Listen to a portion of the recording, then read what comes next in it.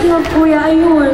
Can you imagine Jordan Sparks, yung take one step at a time, there's no need to rush. She sang Akin Ka Na Lang. And also amazing singers like Miss Sophia Toscano and Lauren Allred. Meron silang version ng Gusto Ko Nang Bumitaw. Like, come on. Kuya Troy, thank you. Thank you for making me a part of that album. Thank you for being here, by the way. Congrats on your album again. Love you, thank you. Kaya nahihiya ako. Ayoko na pala mag-keyboard. Ayoko na. You love me too. Thank you. For those who don't know, I actually... Hindi naman ako magaling. Wow. Sakto lang. Wait lang.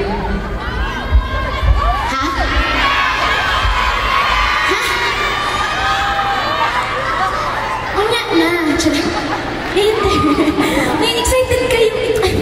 Nandito pala, ano to? Fifth song ka lang, wait lang. You wait. Patience is a virtue, my friend. Charot. So, wait lang. Ayan. Thank you so much. Alright. For those who don't know, actually during the pandemic, we were all inside. Thank you. Palakpakan din po pala natin everyone in the production who has made this possible. I would like to give a huge shout out to Cornerstone. Thank you so much for taking care of us. And of course our director, John Prats over there in the back. Thank you, Derek.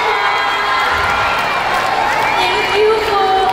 We're actually on crunch time working on all of this, but we made it possible and now we're here. And now you guys are here with us. Maraming salamat. Going back, during the pandemic, one of the things, so syempre,